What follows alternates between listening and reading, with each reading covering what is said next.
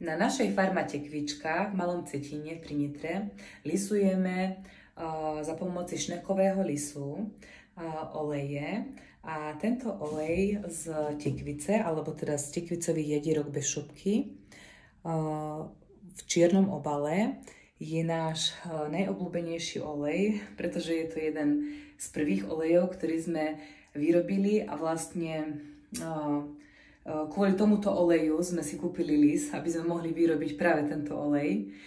Je úplne iný, ako poznáte z Rakúska alebo zo Slovenska, z Maďarska, pretože lisujeme jadierka v surovom stave, čiže ten olej nemá takú orieškovú chuť, ako poznáte, lebo nemá mať z čoho.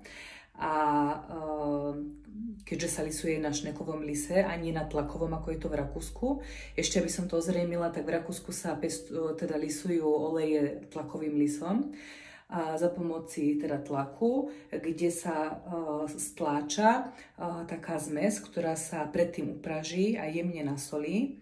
A za pomoci toho tlaku sa vlastne vytlačí olej. A ten olej má takú výraznú orieškovú chuť.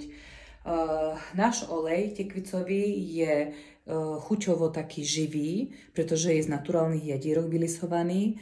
A tým pádom je aj o mnoho zdravší, pretože jadierka neboli tepelne pred lisovaním upravené.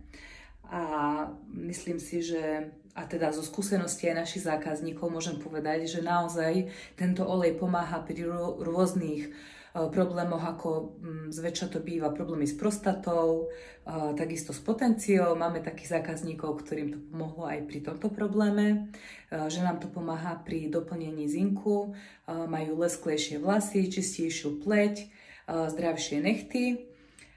A pomáha tento olej aj pri zvýšení imunity. Každý deň si môžete nalieť na lyžičku a dopriať si pri takomto rannom rituáli svojich vitamínov aj tento náš tekvicový olej.